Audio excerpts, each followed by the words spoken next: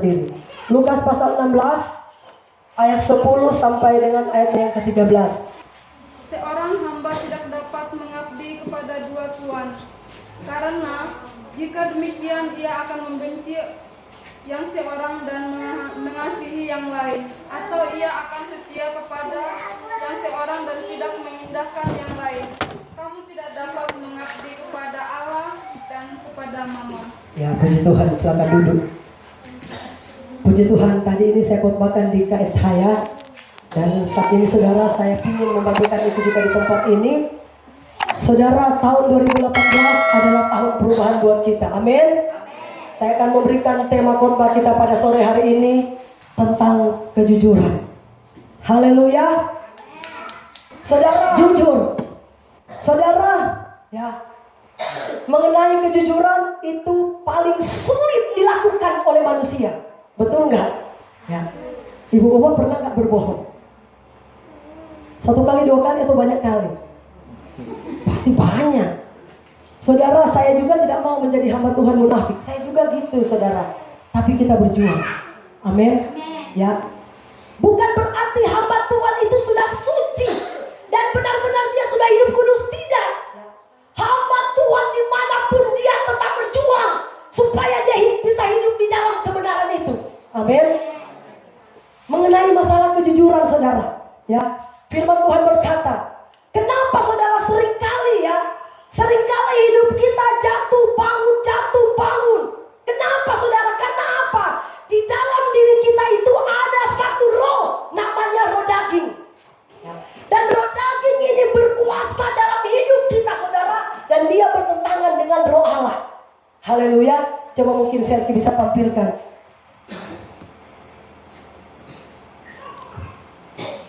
Galatia pasalnya yang ke-5. Ya. Ayatnya yang ke-16.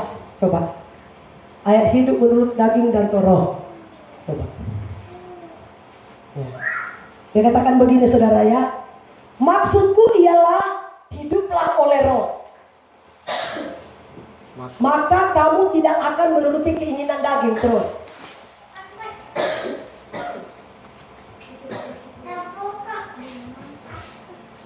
Sebab keinginan daging berlawanan dengan keinginan roh, dan keinginan roh berlawanan dengan keinginan daging. Karena keduanya bertentangan sehingga kamu setiap kali tidak melakukan apa yang kamu kehendaki. Haleluya. Saudara, ini jelas kata Alkitab. Ya. Kenapa saudara seringkali manusia itu jatuh? Ya. Jatuh di dalam roh ketidakjujuran. Karena apa? Di dalam diri manusia itu ada roh daging yang berkuasa, ya, bertentangan dengan roh Allah. Haleluya. Tapi kita terus berjuang. Makanya penting sekali kita memiliki roh Allah yang bisa mengubah hidup kita menjadi benar. Amin. Saudara, satu ketika saudara, satu hamba Tuhan, mungkin saya pernah saksikan itu di sini, ya. Dia bersaksi begini, dia hamba Tuhan dipakai Tuhan luar biasa. Dia katanya membutuhkan uang 20.000 rupiah untuk membayar uang SPP anaknya. Terus dia berdoa sama Tuhan, Tuhan, saya butuh sekali uang, bagaimana caranya saya bisa mendapatkan uang itu? Terus saudara, tiba-tiba dia diundang. Kebetulan dia diundang melayani di satu gereja di Manado, namanya Gereja Betani. Nah, pada waktu saudara dia melayani, dia berkhotbah judulnya tentang kejujuran. Nah, waktu dia berkhotbah tentang kejujuran, banyak jemaat diberkati. Akhirnya setelah dia pulang, dia dikasih sampul kasih. Setelah dia buka sampul kasihnya, jumlahnya cuma 10.000 rupiah. Sedangkan dia butuh 20.000 rupiah. Saudara tahu, dia katanya naik bus. Pada waktu dia naik bis, tiba-tiba saudara, pas dia sudah mau turun, dia kasih bayar uang 10.000. Seharusnya dikembalikan 5.000, ya. Tapi tiba-tiba sopirnya mengembalikan sama dia itu 20.000 rupiah. Nah saudara, waktu sopirnya itu kembalikan 20.000 rupiah, dia berkata begini, Tuhan, jangan sampai ini jawaban doa.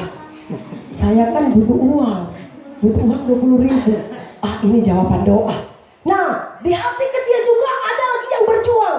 Kamu salah. Kamu kan uangmu tadi cuma 10.000. Seharusnya dikembalikan cuma 5.000. Dia kembalikan lagi sopir. Nah, datang lagi suara dari setan. Apa-apa, kamu kan sudah berdoa tadi. Sudah berdoa apa-apa, ambil aja, itu punyamu kok. Tak apa-apa. Lagian kan bukan kamu yang salah, sopir itu yang kasih kembali kok. Jadi saudara, ada satu roh yang berkecamuk melawan. Saudara, bertentangan dengan roh Tuhan, yaitu roh daging. Haleluya. Itulah lewat hati nurani. Saya percaya saudara, kita semua punya hati nurani. Amin. Kita punya hati nurani, saudara. Jadi melalui hati nurani lah kita dibentuk oleh Tuhan. Amin. Saudara, akhirnya dia katanya mulai berpikir, Tuhan, tadi saya sudah berkhotbah tentang kejujuran. Aduh, kalau saya ambil gimana ini? Nah, akhirnya dengan rasa berat hati dia kembalikan uang itu. Pak sopir, tadi Pak sopir salah kasih pulang duit. Uang tadi saya cuma 10.000, kenapa dikembalikan 20, malah kelebihan. Puji Tuhan Pak Pendeta, saya ini tadi hadir dalam khotbah Bapak. Waduh Tuhan, terima kasih Engkau menyelamatkan saya. Kalau sampai saya ambil uang itu, berarti saya tidak lulus dalam khotbahku. Betul nggak, Mak? Ya. Itulah saudara dalam hal mamon. Amin. Haleluya. Terkadang saudara, hidup kita ditantang saudara, ya. Ditantang tentang masalah kejujuran. Nah, kejujuran itu saudara terkadang itu terlintas dalam pikiran, dalam hati, ya. Dalam hidup manusia saudara. Apakah kita mau melakukan yang benar atau tidak? Itu tergantung hidup kita. Pilihan semua ada sama kita. Haleluya. Saudara, satu ketika saya pernah ditantang, ya. Saya saudara waktu berapa tahun lalu gaji saya cuma 2.400.000 atau 2.400.000 mungkin, ya. Terus pada waktu saya terima gaji, biasanya saya terima memang 2.400.000. Tiba-tiba saudara saya terima. Nah, waktu saya dikasih gaji, saya terima 2.600.000. Padahal saya sudah lihat di itu 2.400.000 aja. Nah, saudara, pada waktu saya keluar dari kantor, ini roh ini, aduh, dikatakan begini, apa-apa kan bukan kamu yang salah. Itu dia yang kasih kembali, mungkin gajimu sudah naik. Tapi saya lihat di kertas waktu saya tanda tangan cuma 24. Saya bilang, aduh Tuhan, kalau saya ambil, aduh. Nah, jadi itu berkecamuk dalam hati saudara, ya. Jadi terus menerus saudara, setan goda saudara. Akhirnya saya bilang, Tuhan tidak. Sekali saya ingin hidup benar, saya kembali lagi ke kantor, ya. Saya katakan begini sama klien saya waktu itu, Mary, sebenarnya gaji ibu berapa sih? 2.400.000 Bu ini. Oh, tadi kamu kasih sama ibu 2.600.000.